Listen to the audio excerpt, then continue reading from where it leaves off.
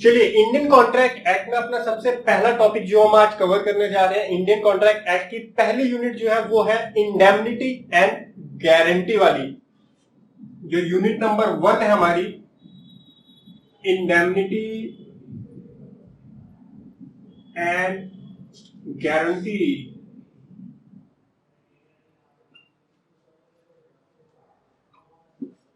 इसको डिस्कस करेंगे आज, जो करते हैं स्टार्ट। चलिए, सबसे पहले देखते हैं कौन कौन से सेक्शन नंबर। देखिए, सेक्शन नंबर सबसे जो बड़ा क्वेश्चन आता है खासकर इंटर लेवल पे। स्टूडेंट्स जनरली पूछते हैं मेरे से फेस टू फेस क्लासेस में कि सर बताओ मेरे को क्या सेक्शन नंबर याद करने नहीं करने। फाउंडेशन का भी यही सीन है, फाउंडेशन में बच्चा क्या पढ़ना है क्या नहीं पढ़ना, कंटेंट पे फोकस नहीं करेगा, सेक्शन नंबर याद करने या नहीं करने। सेक्शन नंबर की अगर मैं बात बताऊं, अपने आप याद करा दूंगा मैं, टेंशन लेने की जरूरत ही नहीं है आपको, चाहे आप फाउंडेशन में हो, इंटर में हो, चाहे फाइनल में हो। सेक्शन नंबर याद कराने की रिस्पॉन्सिबिलिटी मेरी है। सिंपल प्रोसेस है एक सेक्शन को, क्योंकि जब मैं बात करता हूं तो मैं सेक्शन में ही बात करूंगा। कल जब मैं इस टॉपिक को डिस्कस करूंगा तो मैं सेक्शन में बात करूंगा। सेक्शन नंबर आपको याद कराने की रिस्पॉन्सिबिलिटी मेरी। टेंशन मतलब करना है नहीं करना है, मार्क्स मिलते हैं नहीं मिलते हैं, टेंशन लेने की जरूरत ही नहीं है, मेरी रिस्पॉन्सिबिलिटी है। सेक्शन इंपॉर्टेंट सेक्शन है, जो मेजर सेक्शन है। छोटे मोटे आप बोलो सब सेक्शन सब क्लॉज सब कुछ, तो सब कुछ तो किसी को भी याद नहीं होता, प्रोफेशनल्स तक को याद नहीं होता है। बट यस, जो मेन सेक्शन है, जो सेक्शन आपको पता होने चाहिए वो आपको पता होंगे, इसकी मेरी गारंटी है। चलिए तो स्टार्ट करते हैं। सबसे पहले आपने पहले भी पढ़ा होगा, तो सेक्शन नंबर जो हम अब पढ़ेंगे कॉन्ट्रैक्ट एंड इंडेमनिटी में सेक्शन होते हैं 124 से लेकर के 147। ये सेक्शन जो है वो डील करते हैं इंडेमनिटी एंड गारंटी से। चलिए सबसे पहले समझते हैं सेक्शन नंबर 124 जो है हमारा, उसको डिस्कस कर लेते हैं।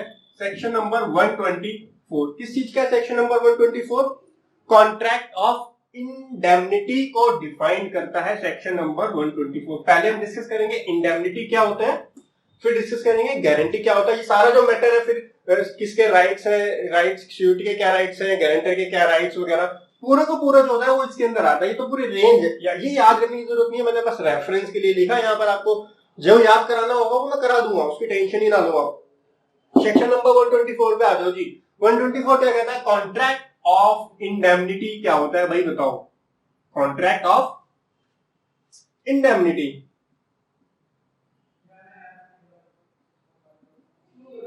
क्या होता है? कॉन्ट्रैक्ट ऑफ इंडेमनिटी कौन सा सेक्शन डिफाइन करता है? 124। सेक्शन 124 किस चीज का है? किस चीज का है section number 124? Contract of indemnity. Contract of indemnity का सेक्शन कौन सा है? 124। ध्यान रखना, डेली पूछूंगा, डेली। कॉन्ट्रैक्ट ऑफ इंडेमनिटी का सेक्शन कौन सा है? 124। क्या होता है? अ contract by which one party promise, a contract by which one party promise, यानी एक कॉन्ट्रैक्ट है जहां पर एक पार्टी क्या कर रही है? एक कॉन्ट्रैक्ट है जहां पर एक पार्टी क्या कर रही है? प्रॉमिस कर रही है। क्या प्रॉमिस कर रही है? To save other from losses, to save other from loss। यानी contract of indemnity. Contract of indemnity, contract of indemnity का मतलब क्या है? A contract by which one party promise to save the other party. जहां पर एक party promise कर रही है सेव करने का अदर पार्टी को फ्रॉम लॉसेस। और वो लॉस किस कारण से हुए, किस रीजन से क्या हुए, रीजन क्या है उस लॉस का? तो रीजन है कॉज्ड बाय दो रीजन हो सकते हैं, दो। Caused by the conduct of promisor himself, यानी जिसने प्रॉमिस किया है उसका, the conduct of promiser himself, okay, and second is or by the conduct of any other person, or by the conduct of any other person.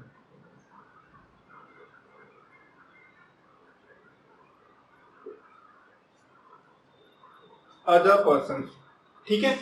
देखो इधर section number 124 बोलता है क्या है, एक कॉन्ट्रैक्ट है bye which one person promise, एक person promise कर रहा है टू सेव अदर, दूसरे पर्सन को सेव करने के लिए मैं तुमको बचाऊंगा, तुमको कोई भी लॉस होगा उसकी रिकवरी मैं करूंगा, उसका पैसा मैं दूंगा।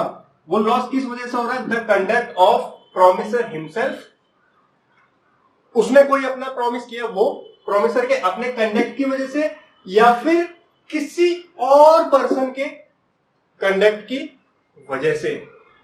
अच्छा जी, इसके एग्जांपल के थ्रू समझते हैं जरा इसको। देखो इधर देखो, तीन पार्टियां, let's suppose A B and C, ये तीन पार्टी हमारी A B and C. B ने सी को गुड्स क्या किया, सोल्ड। बी ने सी को गुड्स सोल्ड किया, सी से बी को क्या मिलेगा, ऐसा मिलेगा, कंसिडरेशन मिलेगी। इसको पैसा देने की लायबिलिटी, सी की लायबिलिटी, वो बी को क्या देगा, पैसा देगा। लेकिन मिस्टर ए बोलता है कि मिस्टर बी आप टेंशन मत लो, मिस्टर ए बोलता है मिस्टर बी आप टेंशन मत लो, अगर मिस्टर सी आपको पैसा नहीं देगा तो मैं आपको पैसा दूंगा, मैं आपको पैसा दूंगा। तो ये मिस्टर ए क्या करता है इस केस में, प्रॉमिस करता है कि मैं दूंगा आपको पैसा। तो ये जो कॉन्ट्रैक्ट होगा ये होगा कौन सा contract, section number 124 contract of indemnity. अच्छा, एक और एग्जांपल से समझते हैं। लेट्स सपोज ये x है, ये y है। x ने y को प्रॉमिस किया है कि मैं तुमको पे करूंगा 5,000 फॉर सर्विसेज। Y से X ने लिए सर्विसेज और उसने पे किया, उसने प्रॉमिस किया है कि मैं Y तुमको मैं पे करूंगा कितना, 5,000 रुपीज फॉर योर सर्विसेज। तो अगर एग्जांपल नंबर 2 में देखिए तो एग्जांपल नंबर 2 में the conduct of promiser himself, यहां पर कंडक्ट उसका खुद का अपना कंडक्ट है। लेकिन फर्स्ट वाले एग्जांपल में कौन सा है, और the conduct of any other person, any other person. So यहां पर मिस्टर सी कौन होंगे, मिस्टर सी होंगे यहां पर अदर पर्सन। मिस्टर ए जो है वो कौन है, इंडेमनीफायर, इंडेमनीफायर है मिस्टर ए। और जिसको इंडेमनीफाई किया है, जिसको प्रॉमिस किया है, वो होता है हमारा इंडेमनीफाइड, इंडेमनीफाइड। यानी अगर देखा जाए जो पर्सन प्रॉमिस करता है उसको क्या बोलते हैं, इंडेमनीफायर। जिसको प्रॉमिस किया जाता है वो होता है इंडेमनीफाइड, और जो हमारा थर्ड पर्सन होता है उसको बोलते हैं अदर पर्सन। तो एग्जांपल नंबर 1 जो था वो था हमारा इस वाले केस का, bye the conduct of other person. और एग्जांपल नंबर 2 जो है वो है bye the conduct of promiser himself.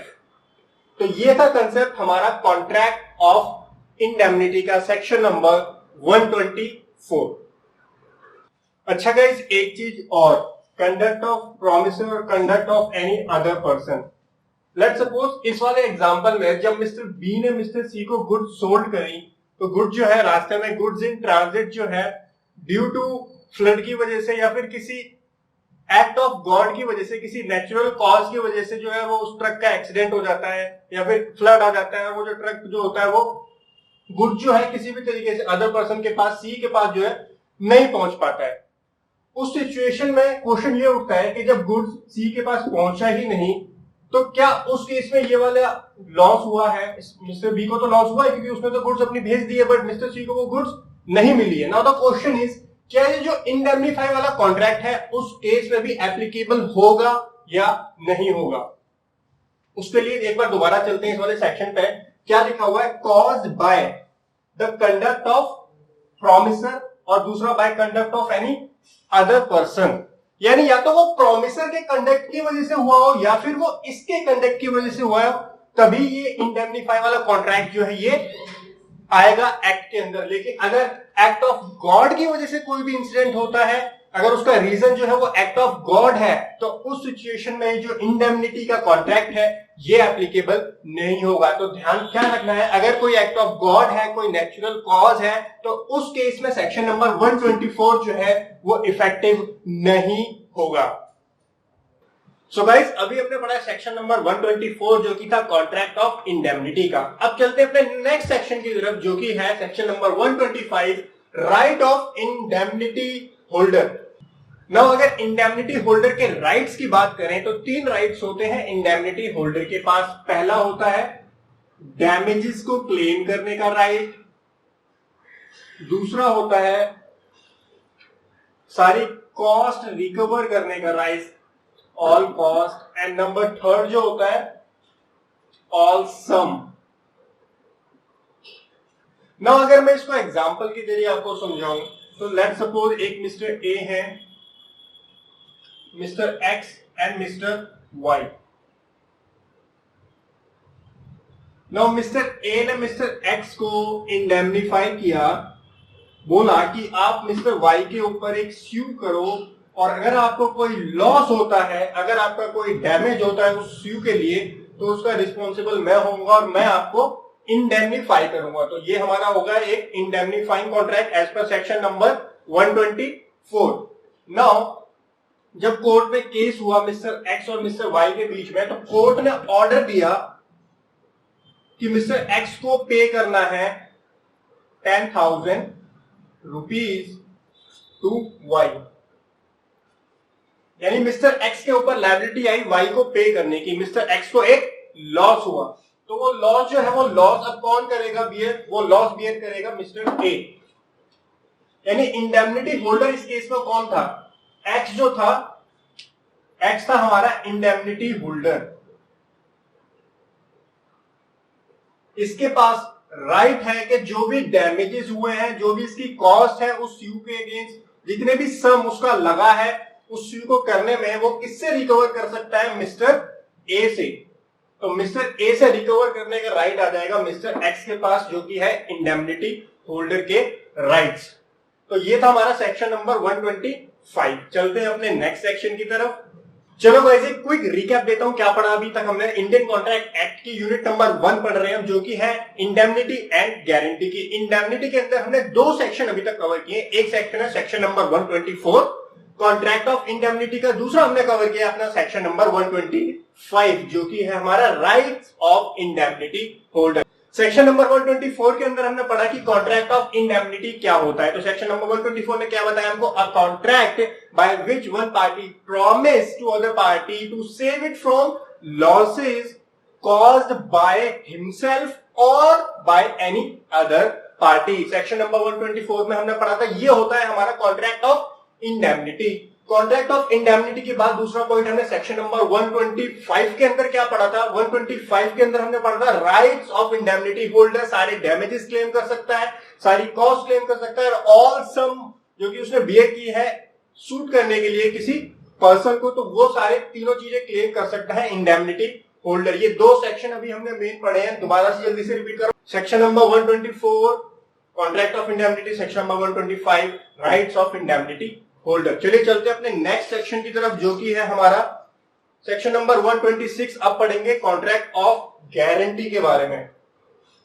Section number 126 जल्दी से देखते हैं, कॉन्ट्रैक्ट ऑफ गारंटी।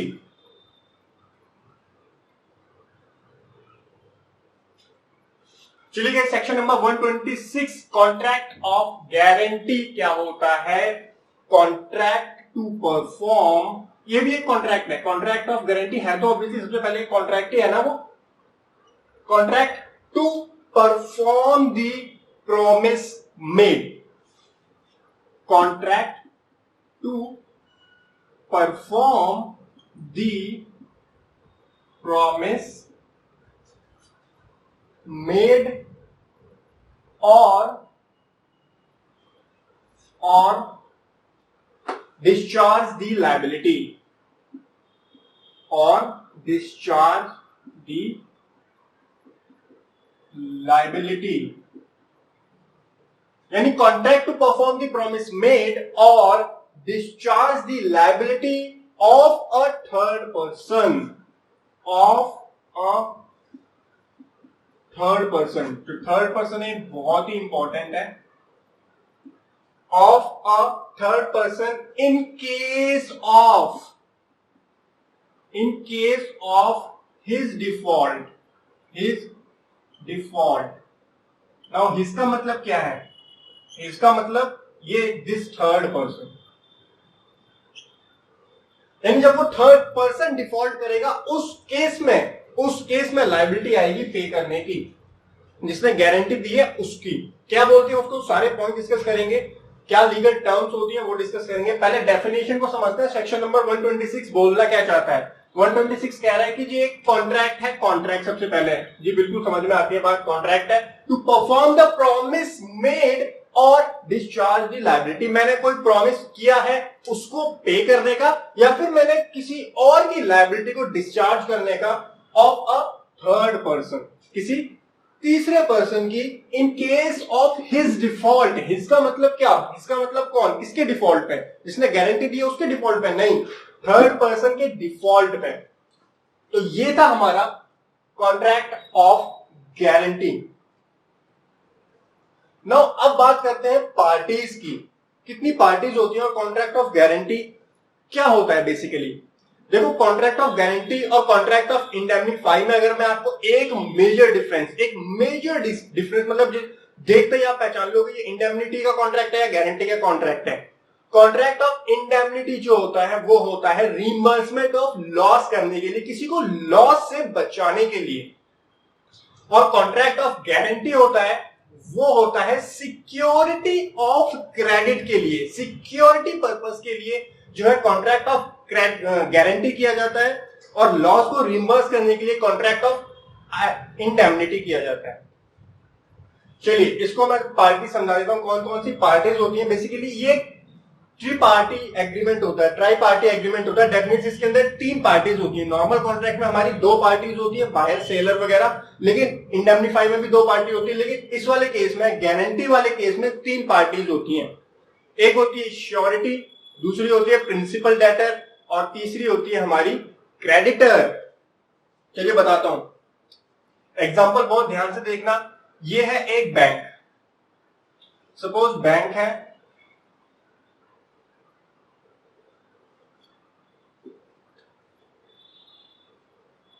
बैंक ने लोन दिया है मिस्टर एक्स को,